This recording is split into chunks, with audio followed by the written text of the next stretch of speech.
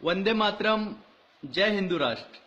प्यारे भारतीयों, जैसा कि भारत की सरकार ने दो बड़े कदम उठाए हैं। एक तो है गौ हत्या पर उन्होंने पूरा पारित किया है कानून, और उसके विरोध में जो देशद्रोही लोग गाय को काट रहे, केरल के अंदर, तमिलनाडु के अंदर और कर्नाटका के अंदर और अन्य अन्य पूर्वोत्तर के राज्यों में, उनको मैं खुली चेतावनी देता हूं कि तुम्हारे परिवार के लोग भी सुरक्षित नहीं रहेंगे अगर गाय माता को छुआ तो। तुम ये मत समझो कि तुम्हारे परिवार का हिस्ट्री हिंदू आश्रम के पास नहीं है। पूरा का पूरा हिस्ट्री है हमारे पास। तुम चाहे किसी भी पार्टी के हो, बुला लेना किसी भी पुलिस को, सीबीआई को, किसी को भी। हम डरने वाले नहीं। अगर गाय माता के ऊपर अत्याचार हुआ, क्या बिगाड़ा तुम्हारा गाय माता ने? सिर्फ इसलिए कि बीजेपी ने कानून पारित करा है 100 करोड़ हिंदुओं की आस्था को देखते हुए, तो तुम उसको काटोगे? सुअर काट के दिखाओ ना मस्जिद के सामने, इतना दम है तो। गाय काटते हो, सेकुलरिज्म के नाम पर गाय तो काटना आ गया, सुअर काट के दिखा दो एक मस्जिद के सामने, फिर तुम्हारा वोट बैंक क्या करता है? सेकुलरता दिखानी है तो पूरी दिखाओ ना, एक तरफ क्यों दिखाते हो?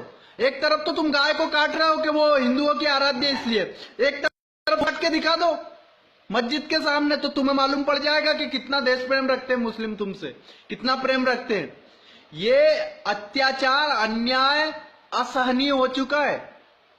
अब हिंदू बर्दाश्त नहीं करेगा, बर्दाश्त के बाहर हो चुका है। जो भी करना था तुमने कर लिया 70 सालों में, और 1100 सालों में हिंदुओं ने सब सह लिया है। लेकिन ये मैं खुली चेतावनी दे रहा हूं तुम सबको, देशद्रोहियों को, हिंदू आश्रम की तरफ से, कि तुम्हारे कटे हुए सर भी नहीं मिलेंगे, किसी को शव नहीं मिलेगा तुम्हारा। क्या चाहते हो तुम? देश के सैनिकों के सर कटते रहे और चूड़ी पहनकर हमारी सेनाएं बैठी रहे?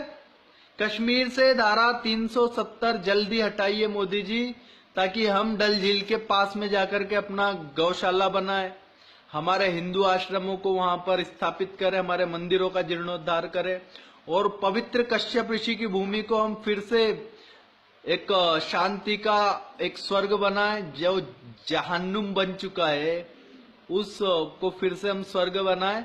और सारे देशद्रोहियों को खुली चेतावनी देता हूं कि गाय काटना मत। तुम्हारे परिवार का पूरा हिस्ट्री हमारे हाथ में है, पूरा बायोडाटा हमारे पास में है, और तुम्हें काटना है तो सुअर काट के दिखा दो। हे औकात तुम में, भेड़ियों, राक्षसों, पिशाचों। तुम ऐसे नहीं समझोगे, तुम्हें समझाना ही पड़ेगा ठीक से।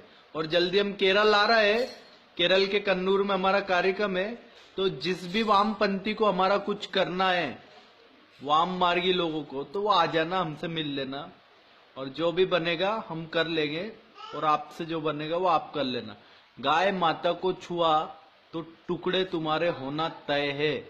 हम भारत की सरकार के ऐसे कानून को नहीं मानते जो हमारी गाय माता की हत्या करने वालों का साथ दे।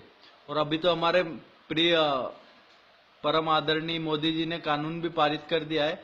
अब तो तुम कानून की भी मार खाओगे और हिंदुओं की भी मार खाओगे, तुम बचने वाले नहीं हो। सभी लोगों से विनम्र निवेदन है कि ऐसे लोगों का बाइकआउट कीजिए, पॉलिटिकली बाइकआउट कीजिए, सोशली बाइकआउट कीजिए। इन लोगों को जहां सड़कों पर दिखे वहां पर इनको मारिए, पीटिए, इनको दंड दीजिए, और इनको औकात दिखा दीजिए कि हिंदुओं की आराध्य पूज्य गौ माता के साथ में, गौवंश के साथ अत्याचार करने वालों का हम क्या हाल करते।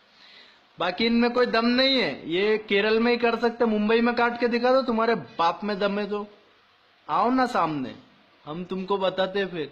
और ये मत सोचो कि तुम हमारी नजरों से बचे हुए, सब पे हमारी नजर है। मस्जिदों के अंदर भी हमारा नजर है, वामपंथी पार्टियों के ऑफिसों में भी क्या क्या मीटिंगें चल रही है वो भी हमको पूरा पता है।